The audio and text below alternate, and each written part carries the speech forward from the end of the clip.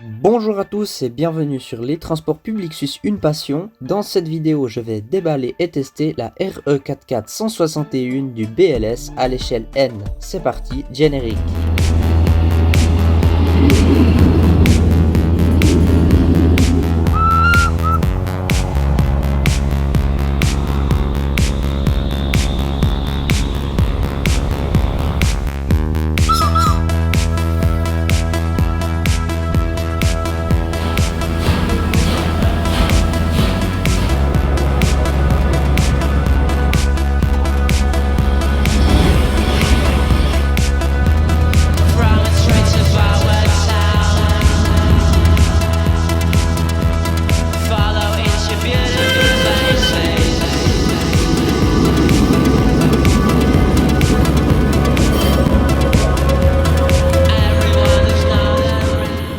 Comme d'habitude dans ce format de vidéo, je vais tout d'abord vous parler rapidement de l'histoire des RE44 du BLS. Cette série de locomotives a été livrée entre 1963 et 1983 au BLS, chemin de fer Berne-Lutschberg-Simplon par SLM et BBC. Construite en 35 exemplaires, la série sera numérotée 161 à 195. Avec l'arrivée de la dénomination UIC en Suisse, ces locomotives seront ensuite numérotées RE 425 161 à 195. Pour une masse totale de 80 tonnes, la RE44 ou RE 425 peut atteindre une vitesse maximale de 140 km/h. Chaque machine a une puissance d'environ 4980 kW, ce qui équivaut à peu près à 6700 chevaux. En ce moment utilisées principalement pour le trafic de ferroutage, elles arrivent malheureusement en fin de vie et sont amenées à être de moins en moins utilisées, voire retirées du service. Plusieurs machines de cette série sont déjà malheureusement démolies. On peut noter qu'au niveau technique, ces locomotives sont très ressemblantes au RE442 ou RE420 DCFF.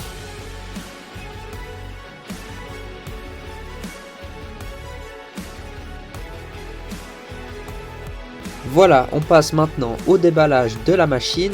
On a tout premièrement un carton qui renferme un autre carton qui lui renferme la boîte métallique où est stockée la locomotive.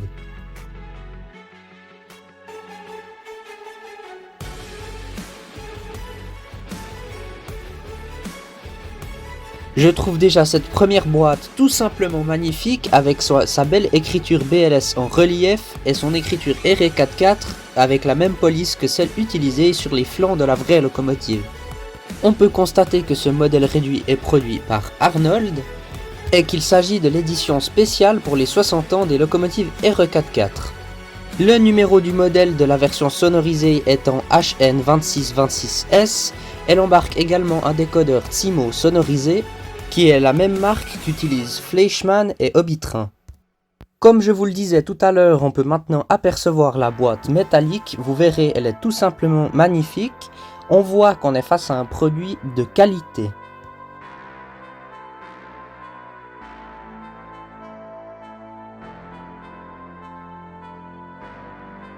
Sur cette boîte métallique, on retrouve l'écriture BLS en relief comme avant, ainsi que l'écriture RE44 toujours comme avant sur la boîte en carton. On retrouve également le sigle Arnold sur la face avant de la boîte.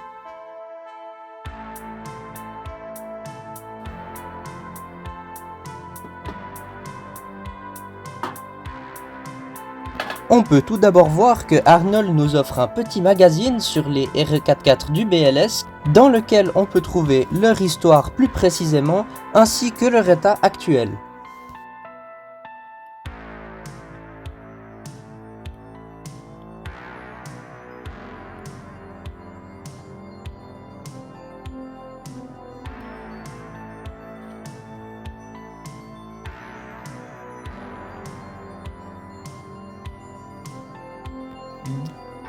Sous l'écran en mousse, on retrouve bien évidemment la locomotive ainsi qu'un petit porte-clés représentant justement une RE 425 du BLS.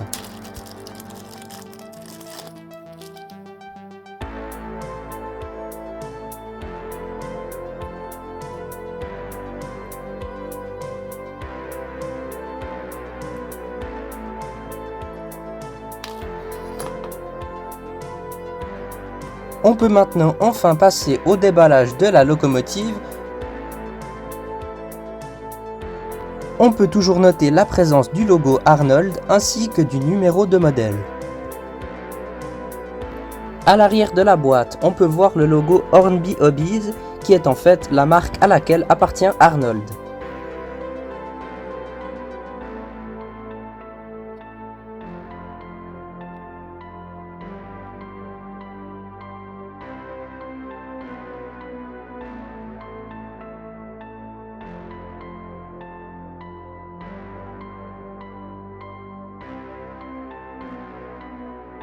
En ouvrant cette boîte, on peut s'apercevoir qu'un opercule en plastique protège la locomotive ainsi que ses accessoires. On peut également voir qu'on nous offre 2 bandages d'adhérence de rechange pour cette locomotive. Ensuite, du côté de la locomotive, on voit qu'elle est emballée encore dans un petit plastique.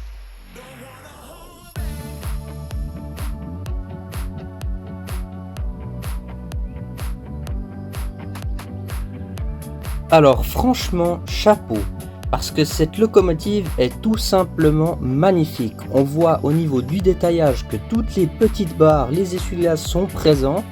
Alors on voit bien évidemment que c'est aussi très fragile, mais c'est le principe du modélisme. On voit également, peut-être moins sur les images, son photographe très bien fait. Juste le petit bémol à ce niveau-là, c'est que je n'ai toujours pas réussi à lever le pantographe. Pour conclure avec l'unboxing de cette RE425, je trouve tout simplement l'expérience de déballage magnifique et assez folle. Surtout quand on voit le prix de cette locomotive qui n'est pas beaucoup plus haut que celle des autres locomotives qui n'ont pas forcément la même boîte. Donc pour l'instant, que du positif, à voir pour le roulement. Et c'est parti, on passe au test.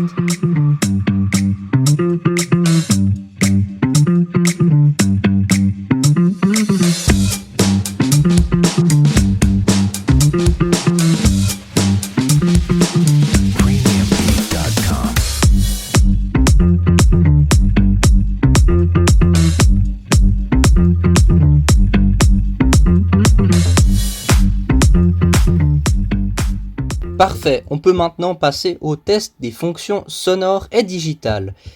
Pour la fonction 0, on a bien entendu les phares, mais attention, la fonction 0 n'allume que les 3 feux blancs et il change en fonction du sens de marche.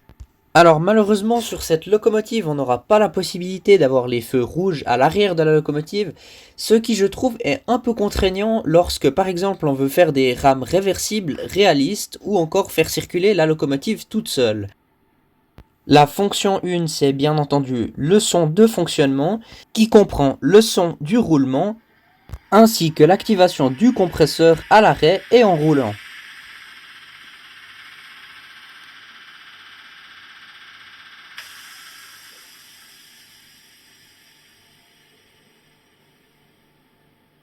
Pour la fonction 2, il s'agit du sifflet long.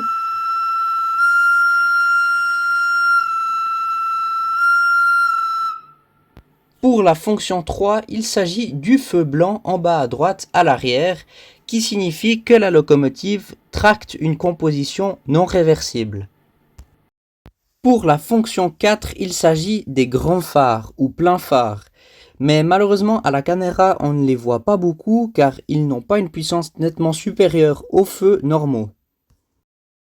Passons à la fonction 5, elle sert à allumer l'éclairage de la cabine.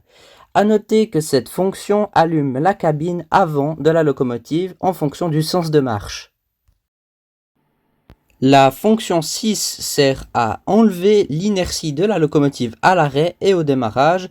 La fonction 7, aussi appelée mode manœuvre, permet de réduire la vitesse de la locomotive de 50% lorsqu'il est activé. La fonction 8 est normalement un message radio. Je ne comprends toujours pas pourquoi, mais malheureusement cette fonction ne fonctionne pas. Je ne pourrai donc pas vous la montrer. On a également la fonction 9 qui active le bruit de grincement des rails, comme par exemple dans une courbe ou sur des aiguillages.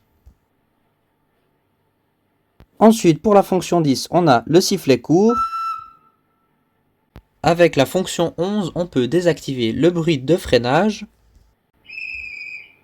Comme on vient de l'entendre, la fonction 12, il s'agit du sifflet du chef de train. La fonction 13, c'est le son du compresseur.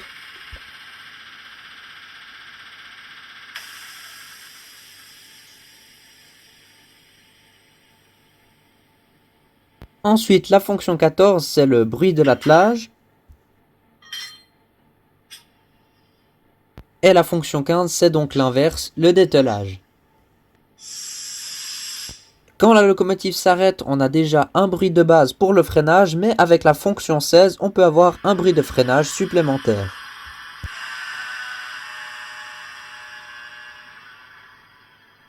Pour la fonction 17, c'est tout simplement une annonce de gare BLS avec le jingle actuel.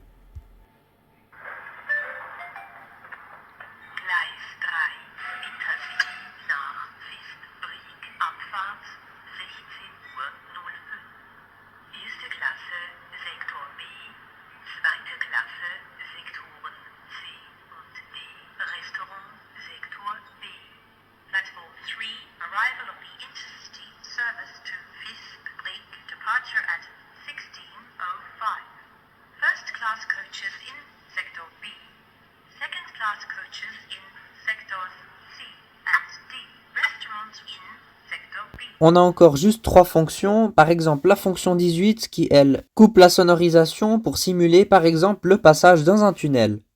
Avec la fonction 19, on peut baisser le volume du haut-parleur et avec la fonction 18, on peut tout simplement augmenter le volume du haut-parleur.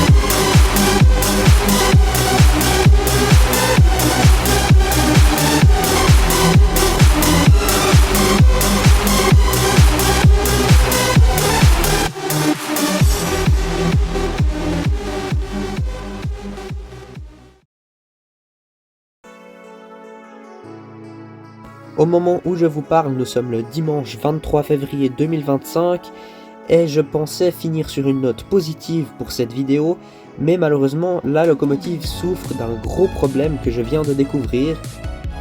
J'ai remarqué qu'en voulant faire avancer la locomotive, la sonorisation s'active bien, mais le moteur ne démarre pas, donc la locomotive reste à sa place. Donc ce qui va se passer, c'est que je vais renvoyer cette locomotive sous garantie à l'usine qui est donc Arnold. Et pour publier cette vidéo au plus vite, je vous redirai sur un post ou sur un short de ma chaîne YouTube ce qu'il en est avec le retour de cette locomotive. Je souhaite également vous préciser que je voulais mettre plus de scènes de roulement de la RE425, mais malheureusement en raison de cette panne, ce ne sera pas possible. Et comme je vous l'ai dit avant, dans un souci de publier cette vidéo quand même assez rapidement vu que c'est une nouveauté, je vais pas le faire et je vous les partagerai en vidéo en format plus court, comme mes vidéos départ, arrivée, sound, etc. Donc dès que ce short ou post sera disponible, je vous le mettrai bien évidemment dans la description de cette vidéo pour que vous puissiez aller les voir.